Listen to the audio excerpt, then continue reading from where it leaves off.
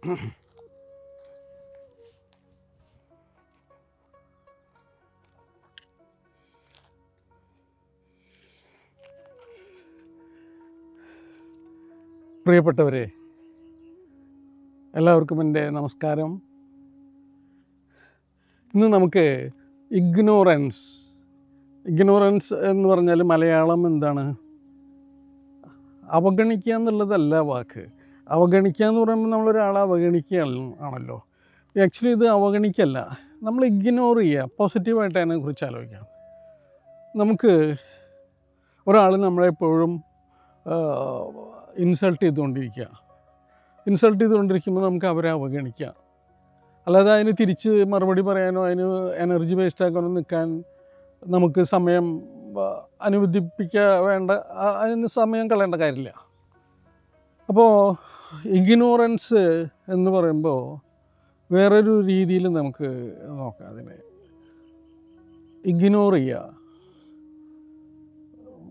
It's all right എന്നുള്ള feel ഉണ്ടാവുക. It's all right. നമുക്കിപ്പോൾ ഒരു അസുഖം ഉണ്ടെങ്കിൽ ആ അസുഖത്തെ ഒരു ഡോക്ടറെ അടുത്ത് പോയി ഡോക്ടർ പറയണം നിങ്ങൾക്ക് ഹൃദയ സംബന്ധമായിട്ടുള്ള ചെറിയ പ്രശ്നങ്ങളുണ്ട് എന്ന് പറയുമ്പോൾ എന്താ ഉണ്ടാവുക? അദ്ദേഹത്തിൻ്റെ ഹാർട്ട് മിടിപ്പ് കൂടും അല്ലേ? ഡോക്ടർക്ക് അത് പറയാതെ നിവൃത്തിയില്ലല്ലോ. ഡോക്ടർ പറയണം അതിന് മരുന്ന് കഴിക്കണം, അതിനെന്താണ് അതിൻ്റെ റെമഡീസ് എന്നുള്ളതൊക്കെ ഡോക്ടർക്ക് ചെയ്യേണ്ടതുണ്ട്. അപ്പം അതുകൊണ്ട് തന്നെ ഡോക്ടർ ഇത് പറയുക അല്ലെങ്കിൽ ബന്ധുക്കളോട് പറയുമല്ലോ. ഇതറിയുമ്പോൾ ദൈവമേ, എനിക്ക് ഹൃദയത്തിന് തകരാറ് വന്നുല്ലോ, ഇനി എത്ര കാലം ജീവിക്കുമാവോ, വല്ല സർജറി വേണ്ടി വരുമോ, ഇങ്ങനെയുള്ള ഒട്ടനവധി ചിന്തകൾ ഇവരുടെ കൂടെ കടന്നു പോകും. ഇത് രോഗത്തെ കുറയ്ക്കാനാണോ കൂട്ടാനാണോ സാധ്യത? രോഗത്തെ കൂട്ടാനാണ്. നമുക്ക് ദുർബലരായി പോവുകയാണ് നമ്മൾ ആ സമയത്ത്. ദുർബലത മാറ്റി നിർത്തുക എന്നുള്ളതാണ് ഇഗ്നോറൻസ് എന്ന് ഉള്ളത് ഞാൻ ഉദ്ദേശിച്ചത്. നമുക്ക്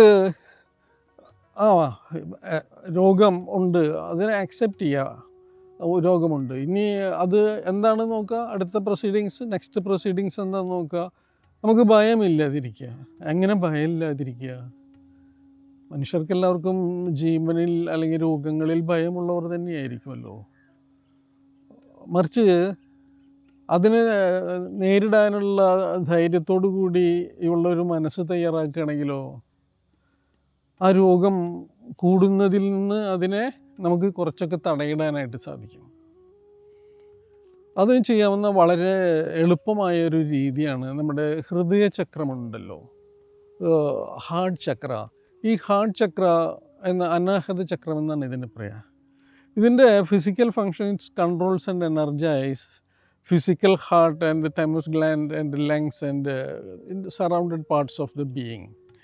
ഇതൊക്കെ തന്നെയാണെങ്കിലും ഞാൻ ഹൃദയം അസുഖം ഇതുമായിട്ട് ബന്ധമില്ല കേട്ടോ. ഞാൻ പറഞ്ഞത് ഹൃദയം ഇത് ഇതിൻ്റെ സൈക്കോളജിക്കൽ ഫങ്ഷൻ ഹയർ ഇമോഷനാണ്, സ്നേഹത്തിൻ്റെ ഇരിപ്പിടമാണ്. നമുക്ക് ക്ഷമിക്കാനും മറ്റുള്ളവരെ ആക്സെപ്റ്റ് ചെയ്യാനും, ഒരാൾ ഒരു തെറ്റ് ചെയ്താൽ ഉടനെ വല്ലാതെ കോപിഷ്ഠനാവാതെ, അത് അറിയാഞ്ഞിട്ടാണ്, അദ്ദേഹത്തിന് അത്രമാത്രമേ അതിൽ ആ വിവേകമുള്ളൂ, അതുകൊണ്ടാണ് ആ തെറ്റ് ചെയ്തതെന്ന് ആക്സെപ്റ്റ് ചെയ്യാനൊക്കെ നമുക്ക് പറ്റുക എന്നുള്ളതാണ് ഞാൻ ഉദ്ദേശിച്ചത്. അപ്പോൾ ഹൃദയം വിശാലമാവുക. നമുക്ക് അങ്ങനെ ഒരു സമാധാനക്കേട്, ഒരു അസുഖത്തെക്കുറിച്ച് ചിന്തകൾ വരികയാണെങ്കിൽ നമുക്ക് എന്ത് ചെയ്യാനായിട്ട് സാധിക്കും? ആക്ടിവേറ്റ് യുവർ ഹാർട്ട് ചക്ര. നിങ്ങൾ ഹീലിംഗ് സയൻസ് ഒന്നും പഠിക്കാത്ത ആളുകൾ, നിങ്ങൾക്ക് ഒന്നും വേണ്ട, ഈ നെഞ്ചിൻ്റെ മധ്യഭാഗത്ത് വെറുതെ കൈകൾ കൊണ്ട് 2 ടാപ്പ് ചെയ്യുക. ടാപ്പ് ചെയ്ത് കഴിയുമ്പോൾ ഇവിടെയുള്ള ഹാർട്ട് ചക്ര, ഇവിടെ ഒരു മർമ്മക്ഷേത്രമുണ്ട്, ഒരു വൈറ്റൽ എനർജി സെൻറ്റർ ഉണ്ട്. നമ്മൾ മർമ്മക്ഷേത്രങ്ങളിൽ നിന്നാണല്ലോ പറയുക, അല്ലെങ്കിൽ അക്യുപങ്ചർ പോയിൻ്റ് ഉണ്ട് അവിടെ. ആ പോയിൻ്റ് ആക്ടിവേറ്റ് ആവും. ഇവിടെ just aware of that particular area, ഒരു ജസ്റ്റ് ടാപ്പ് ദാറ്റ് ഏരിയ. അപ്പോൾ നമ്മുടെ മനസ്സ് കുറച്ച് വിശാലമാകുമ്പോൾ നമുക്ക് ഇതിനൊക്കെ മാനേജ് ചെയ്യാവുന്ന, ഇനിയിപ്പോൾ ഏറി വന്നാൽ എന്താ സംഭവിക്കാൻ പോണത്, മാക്സിമം ഫൈനൽ റിസൾട്ട് എന്തായിരിക്കും ഈ അസുഖം വന്നതിൻ്റെ എന്നുള്ളതിനെക്കുറിച്ച് ഓർക്കുകയും അതിനോട് സമരസപ്പെട്ട് പോവുകയും ചെയ്യുക, മാനേജ് ചെയ്ത് പോവുകയും ചെയ്യാം. മനസ്സിനെ അതിന് പരിപക്വമാക്കിയെടുക്കാനായിട്ട് സാധിക്കും. ഹാർട്ട് ചക്ര എക്സ്പാൻഡ് ചെയ്താൽ സ്നേഹം നിറയും, ഇഗ്നോറൻസ്, അതായത് അവഗണിക്കാനായിട്ട്, ഈ ഭയത്തെ അവഗണിക്കാനായിട്ട് നമുക്ക് സാധിക്കും. അതിന് നമുക്ക് സാധിക്കുക എന്നുള്ളത് ചെറിയൊരു കാര്യമൊന്നുമല്ല. അപ്പോൾ remember this very simple technique that we need to do sometimes. Our heart chakra must be activated. If we don't have, ചില സമയത്ത് നമുക്കുണ്ടാകുന്ന അവഗണനകൾ, മറ്റുള്ളവർ നമ്മളെ അവഗണിക്കുക, നാം ചില സ്ഥലത്ത് ചെല്ലുമ്പോൾ നമ്മെ അവർ തീരെ കെയർ ചെയ്യാതിരിക്കുക, നമുക്ക് വളരെ ഇൻസൾട്ടിങ് ആയിട്ടൊക്കെ തോന്നുക, അങ്ങനെയൊക്കെ ഉണ്ടാകുന്ന സമയത്ത് നമുക്ക് രോഗം തന്നെ വേണമെന്നില്ല. നമുക്ക് നമ്മുടെ ഒരു ഇഗ്നോറൻസ് നമുക്ക് പ്രാക്ടീസ് ചെയ്യാം. നമുക്ക് ആ വിഷമത്തിൽ നിന്നും മറികടക്കാനായിട്ട് നമ്മുടെ heart Chakra, just tap your heart energy centre and smile inside U. ചിരിക്കാൻ സാധിക്കുക എന്ന് പറഞ്ഞാൽ അത് വലിയൊരു അനുഗ്രഹമാണ്. ചിരിക്കാൻ സാധിക്കുക, നമ്മുടെ ഹാർട്ട് ചക്രയോട് നമ്മൾ ചിരിക്കുക. നമ്മൾ മനസ്സുകൊണ്ട് ഈ സെൻറ്റർ, ഇതിൻ്റെ പുറകിലും ഒരു സെൻറ്റർ ഉണ്ട്, just front and back heart chakra എന്ന് പറയുക, അല്ലെങ്കിൽ front and back energy centres. ഇതിനെ ടാപ്പ് ചെയ്താലേ ആ ബാക്ക് ഭാഗം കൂടി ആക്ടിവേറ്റ് ആവും. അവിടെ ദൈവത്തിൻ്റെ ഇരിപ്പിടം എന്നാണ് പറയുക. ആക്ച്വലി ദൈവം അവിടെയാണ് ഇരിക്കുന്നു എന്നാണ് പറയുക. കാരണം നമ്മുടെ ഉള്ളിൽ സ്നേഹം ഉണരുമ്പോഴാണല്ലോ ദൈവികമായ സ്നേഹം നമ്മിലേക്ക് ഉണർന്നു വരിക. അപ്പോൾ ഏതൊരു സന്ദർഭങ്ങളിലും നമുക്ക് ആ ഭയത്തെ ഇഗ്നോർ ചെയ്യാനായിട്ട്, അല്ലെങ്കിൽ രോഗത്തെ ഇഗ്നോർ ചെയ്യാനായിട്ട്, അവഗണനയെ ഇഗ്നോർ ചെയ്യാനായിട്ട്, ഇനി എക്സാമിന് പോകുന്ന കുട്ടികൾക്കുണ്ടാകുന്ന സ്ട്രെസ്സ്, ടെൻസ്ഡ് ആയിട്ടുള്ള അവസ്ഥ, അവർക്ക് വല്ലാത്ത എന്തായിരിക്കും ക്വസ്റ്റ്യൻ, ഇതിനെക്കുറിച്ച് അവർ വേവലാതിപ്പെട്ടുകൊണ്ടിരിക്കുമ്പോൾ just inform to tap their heart chakra. അതുപോലെ തന്നെ പേരൻസിനും അതേപോലെ ഭയം ഉണ്ടാവും. വലിയ എക്സാമോ അല്ലെങ്കിൽ ജോലിക്ക് ഇൻ്റർവ്യൂവിനൊക്കെ പോകുമ്പോൾ വല്ലാതെ വിഭ്രാന്തി വരും. ദൈവമേ, എനിക്ക് കിട്ടണം, എനിക്ക് തന്നെ കിട്ടുമോ എന്നുള്ള ചിന്തകളെല്ലാം മനുഷ്യന്മാർക്കും ഉണ്ടാകുന്നതാണ്. അതിനെ മറികടക്കാനായിട്ട്, അതിനെ സാധാരണയായിട്ട് കിട്ടിയാലും കിട്ടിയില്ലെങ്കിലും ഇപ്പോൾ എന്ത് സംഭവിക്കും എന്നുള്ള തലത്തിലേക്ക് ചിന്തിക്കാനായിട്ട് നമ്മുടെ ഹാർട്ട് ഓപ്പൺ ചെയ്താൽ ഈ കാണുന്ന ഈ ദൃശ്യപ്രപഞ്ചം മാത്രമൊന്നല്ല ലോകം എന്നുള്ള ഒരു തിരിച്ചറിവിലേക്ക് നാം ഉണരും. അതാണ് ഞാൻ ബാക്ക് ഹാർട്ട് സെൻറ്റർ, ദൈവത്തിൻ്റെ ഇരിപ്പിടം എന്ന് പറയുന്നത്. അത് വിശാലമാകുമ്പോൾ ഈ കാണുന്നത് മാത്രമൊന്നുമല്ല ലോകം. ഇതിൻ്റെ അപ്പുറത്ത് വേറെ ലോകങ്ങളുണ്ട്. അല്ലെങ്കിൽ ഇത് കഴിഞ്ഞാൽ എപ്പോഴും where there is happen there is a reason. എന്ത് കാര്യം സംഭവിക്കുന്നതിനൊരു കാരണമുണ്ട് എന്നുള്ള ബോധ്യതലത്തിലേക്ക് നമ്മെ ഉയർത്താനായിട്ട് ഈ ഹാർട്ട് ചക്രയ്ക്ക് കഴിയും. എന്ത് സംഭവിക്കുന്നതും നല്ലതിനാണ് എന്ന് നമുക്ക് തിരിച്ചറിയാനായിട്ട് അങ്ങനെ സാധിക്കും നമുക്ക്. അത് സാധിക്കുമാറാകും നമ്മുടെ ഹാർട്ട് ചക്ര ആക്ടിവേറ്റ് ചെയ്താൽ. ഇത് പറഞ്ഞപ്പോഴാണ് എനിക്കൊരു കഥ ഓർമ്മ വന്നത്. എല്ലാവർക്കും അറിയാവുന്നത് തന്നെയായിരിക്കും, പക്ഷെ അറിയാത്തവരൊന്നും അറിഞ്ഞിരിക്കുന്നത് നല്ലതായിരിക്കുമല്ലോ. എല്ലാം സംഭവിക്കുന്നതും നല്ലതിനെന്ന് പറയുന്നൊരു മന്ത്രി ഉണ്ടായിരുന്നു. രാജാവും മന്ത്രിയും കൂടി വേട്ടയ്ക്ക് പോയപ്പോൾ ഒരിക്കൽ രാജാവിൻ്റെ കൈയൊന്ന് മുറിഞ്ഞു. കൈ മുറിഞ്ഞപ്പോൾ രാജാവ് വളരെ ദുഃഖിതനായി, ബ്ലഡൊക്കെ പോയി. എന്തിനാണ് എൻ്റെ കൈ മുറിഞ്ഞല്ലോ എന്ന് വിഷമിച്ചപ്പോൾ മന്ത്രി പറഞ്ഞു, അത് നല്ലതിനായിരിക്കും അങ്ങ് വിഷമിക്കേണ്ട കാര്യമൊന്നുമില്ല, അതെന്തോ നല്ലതിന് സംഭവിച്ചതാണ്. ഷടാ, പെട്ടെന്ന് രാജാവിന് കോപം വന്നു. അദ്ദേഹം തൊട്ടടുത്ത് നടന്ന കാട്ടിൽ തൊട്ടടുത്ത് നടന്ന പൊട്ടക്കുളത്തിലേക്ക് അദ്ദേഹത്തെ തള്ളിയിട്ടു. അപ്പോൾ മന്ത്രി വീണ സമയത്ത് വിളിച്ചു പറയുന്നത് കേട്ടു, എല്ലാം സംഭവിക്കുന്നത് നല്ലതിന് തന്നെ. അപ്പോൾ രാജാവ് അത്ഭുതത്തോടു കൂടി വിചാരിച്ചു, ഇയാൾക്ക് എന്താ തലയ്ക്ക് സുഖമില്ലേ? എല്ലാം അയാളെ കിണറ്റിൽ വീണ അയാൾ മരിച്ചു പോയില്ലേ കുറച്ച് നേരം അവിടെ കിടന്നാൽ? അത്ര ദേഷ്യം രാജാവിന്. രാജാവ് എന്നാലും ആ ദേഷ്യം കൊണ്ട് മുന്നോട്ട് നടന്നു. കുറേ ദൂരത്തിപ്പോൾ കുറേ കാട്ടുമനുഷ്യർ അദ്ദേഹത്തെ വന്ന് പിടിച്ച് അവരുടെ മൂപ്പൻ്റെ അടുത്ത് കൊണ്ടുപോയി. മൂപ്പൻ പറഞ്ഞു, ആരോഗ്യമുള്ള നല്ല ശക്തനായിട്ടുള്ളൊരു മനുഷ്യനെ കിട്ടിയല്ലോ, നമുക്ക് ദേവിക്ക് ബലി കൊടുക്കാം, അതിന് കുളിപ്പിച്ച് കൊണ്ടുവരൂ എന്ന് പറഞ്ഞു. അപ്പോൾ സേവകന്മാർ, അവിടുത്തെ നരഭോജികളാണ് കേട്ടോ അവർ, നരഭോജികളെന്നാണ് കഥയാണ്. അപ്പോൾ അവർ രാജാവിനെ കുളിപ്പിക്കാനായിട്ട് കുളക്കരയിലേക്ക് കൊണ്ടുപോയി മേലൊക്കെ ക്ലീൻ ചെയ്ത് ദേവിക്ക് സമർപ്പിക്കേണ്ടതല്ലേ, ശുദ്ധമാക്കേണ്ടേ. അങ്ങനെ കുളിപ്പിച്ചുകൊണ്ടിരിക്കുമ്പോഴാണ് ഈ മുറിവ് ഇവരുടെ കണ്ണിൽപ്പെട്ടത്. അവർ മുഖ്യ പുരോഹിതനോട് പറഞ്ഞു, ഇദ്ദേഹത്തിന് മുറിവ് പറ്റിയിരിക്കുന്നു, ഇദ്ദേഹത്തിന് അംഗവൈകല്യം ബാധിച്ചിരിക്കുന്നുണ്ടല്ലോ എന്ന് പറയും. ആശു ചോദിച്ചു, അങ്ങനെയാണെങ്കിൽ നമുക്ക് ദേവിക്ക് ബലി കൊടുക്കാൻ പറ്റില്ല, അദ്ദേഹത്തെ അഴിച്ചുവിടൂ. ഇവർ ഇദ്ദേഹത്തിനെ ദേവിക്ക് ബലിയർപ്പിച്ചു കഴിഞ്ഞാൽ ഇദ്ദേഹത്തെ ഭക്ഷിക്കാമെന്നുള്ള താല്പര്യത്തോടു കൂടി നിൽക്കുന്ന ആളുകൾക്കൊക്കെ നിരാശയായി. അതിനെ ദേവിക്ക് സർവീസ് ചെയ്യാൻ പറ്റാതെ തന്നെ പിന്നെ അവർക്ക് ഉപയോഗിക്കാൻ പറ്റില്ലല്ലോ.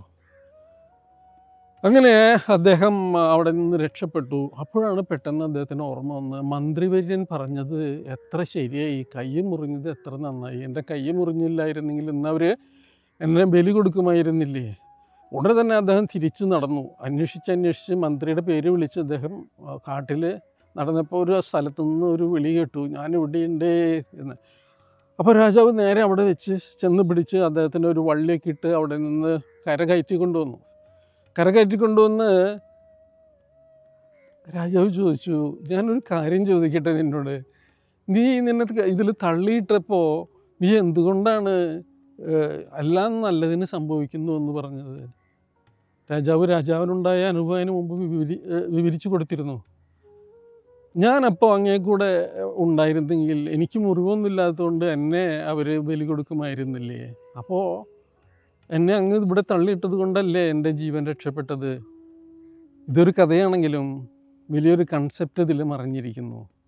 എല്ലാം സംഭവിക്കുന്നതും നല്ലതിന്, സംഭവിക്കാനിരിക്കുന്നതും നല്ലതിന്, സംഭവിച്ചതും നല്ലതിന്. ഭഗവാൻ കൃഷ്ണൻ ഭഗവത്ഗീതയിൽ പറഞ്ഞിട്ടുള്ളതാണ്, സംഭവാമി യുഗേ യുഗേ. അപ്പോൾ നാം അറിഞ്ഞിരിക്കുക, നമുക്ക് ജീവിതത്തിൽ പലപ്പോഴും പല പ്രതിസന്ധികളും പല തീരെ അനിഷ്ടങ്ങളായിട്ടുള്ള സങ്കടകരമായിട്ടുള്ള കാര്യങ്ങൾ നമുക്ക് വന്ന് ഭവിക്കുമ്പോൾ നാം സങ്കടത്തോടു കൂടി ഓർക്കും, എനിക്കെന്താണ് ഇത് വന്നത്, എനിക്കെന്തിനാ ദൈവമേ ഇത് വന്നത്? അങ്ങനെ നമ്മൾ പ്രാർത്ഥിച്ചു പോകൂലേ, വിഷമിച്ചു പോകൂലേ? പക്ഷെ അതിൻ്റെ പുറകിൽ വേറെ ഒരു തത്വം ഉണ്ടായിരിക്കും. നമുക്കതിലും വലിയൊരു കർമ്മബാധ്യത ഏറ്റെടുക്കാനുള്ളത്. ദൈവം നമ്മുടെ ജീവിതത്തിലെ സത്പ്രവർത്തികൾ കണ്ട് അതിനെ ചെറുതാക്കി ചെറിയ അനുഭവങ്ങളിൽ കൂടെ നമ്മളെ കടത്തി വിടുകയാണ്.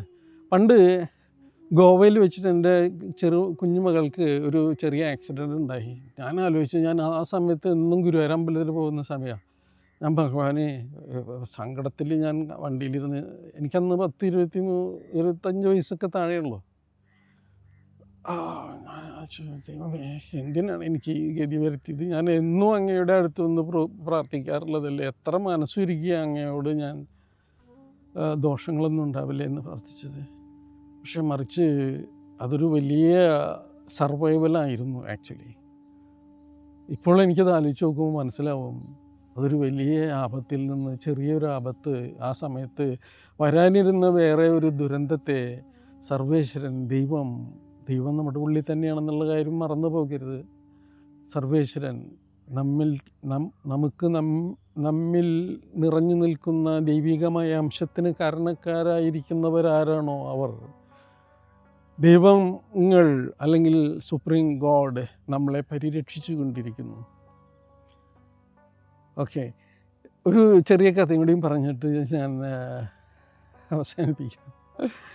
അതായത് ഒരാൾ ദൈവത്തോട് ചോദിച്ചു, എന്തിനാണ് എനിക്ക് ഈ മാറാപ്പൊക്കെ തന്നത്? എൻ്റെ ജീവിതം ഇത്ര വലിയൊരു മാറാപ്പായി മാറിയല്ലോ.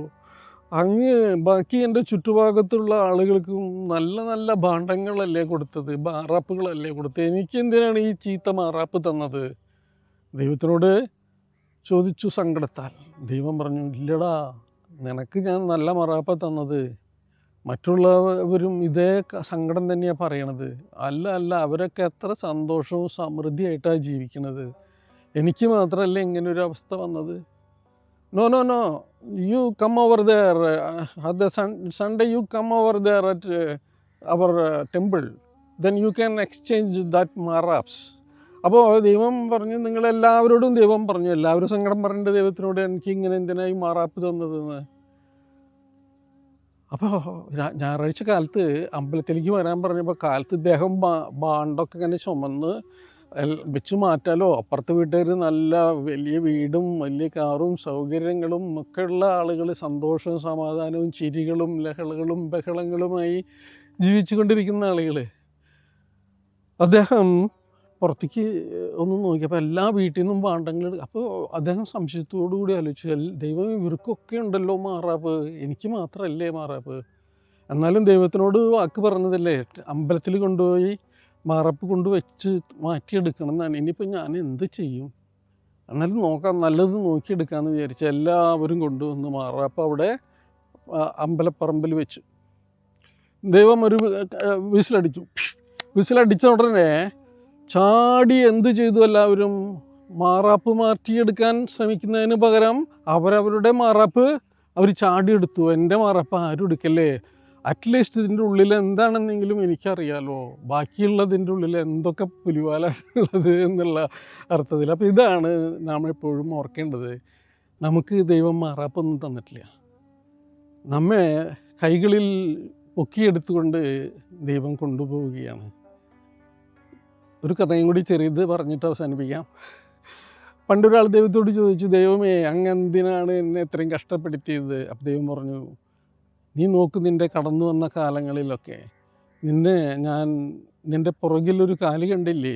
ഈ കഥയൊക്കെ നിങ്ങൾ കേട്ടിട്ടുള്ളതാവും, നല്ല ഒന്ന് പറഞ്ഞു എന്നുള്ളൂ, കേൾക്കാത്ത ആളുകൾക്ക് രസമായിരിക്കുമല്ലോ. നിൻ്റെ പുറകിൽ വേറെ കാൽപാദങ്ങൾ കണ്ടില്ലേ? അതെൻ്റെ. ഓ അങ്ങ് എൻ്റെ പുറകിൽ തന്നെ ഉണ്ടായിരുന്നു അല്ലേ? പക്ഷെ ചില സ്ഥലത്തെത്തിയപ്പോൾ അവിടെ 2 കാലേ കാണാനുള്ളൂ. അപ്പം ഇദ്ദേഹം പറഞ്ഞു, ദൈവമേ ആള് കൊള്ളാം, എൻ്റെ ഈ കാൽപാദം മാത്രം, എനിക്ക് സങ്കടവും വലിയ ദുരന്തവും വിഷമുണ്ടായ സമയത്ത് അങ്ങയുടെ കാൽപാദങ്ങൾ ഇല്ല പുറകിൽ, അങ്ങ് ആ നേരത്ത് അവിടെ നിന്ന് സ്കിഡായി മാറിപ്പോയില്ലേ, ഇത് നല്ല പരിപാടിയല്ല കേട്ടോ ദൈവമേ എന്ന് പറഞ്ഞു. അപ്പോൾ അദ്ദേഹത്തിനോട് ദൈവം പറഞ്ഞു, എടാ അത് നിൻ്റെ കാലല്ല, അതെൻ്റെ കാലുകളാണ്, ഞാൻ നിന്നെ താങ്ങി പിടിച്ചിരിക്കുകയാണ് ആ നേരത്ത്, നീ മുങ്ങിപ്പോകാതിരിക്കാനായിട്ട്. ഇത്രയും പറഞ്ഞുകൊണ്ട് ഈ കഥ നിങ്ങൾക്ക് അറിയുന്നതാണെങ്കിലും ഇതിൽ ചില അർത്ഥങ്ങളും തത്വങ്ങളും ഉണ്ടെന്ന് മനസ്സിലാക്കി നിങ്ങൾ കൂട്ടുകാർക്കും വീട്ടുകാർക്കും ബന്ധുക്കൾക്കും വിഷമിക്കുന്നവർക്കും സങ്കടമുള്ളവർക്കൊക്കെ ഈ കഥ പറഞ്ഞു കൊടുക്കുക. Thank you Ranjith. ഞാൻ തൃശ്ശൂർ സ്വദേശിയാണ്. ഞാൻ ദ ഇന്നർ സയൻസസ് ഇന്ത്യ ട്രസ്റ്റിൻ്റെ ട്രെയിനറാണ്, സീനിയർ ട്രെയിനറാണ്.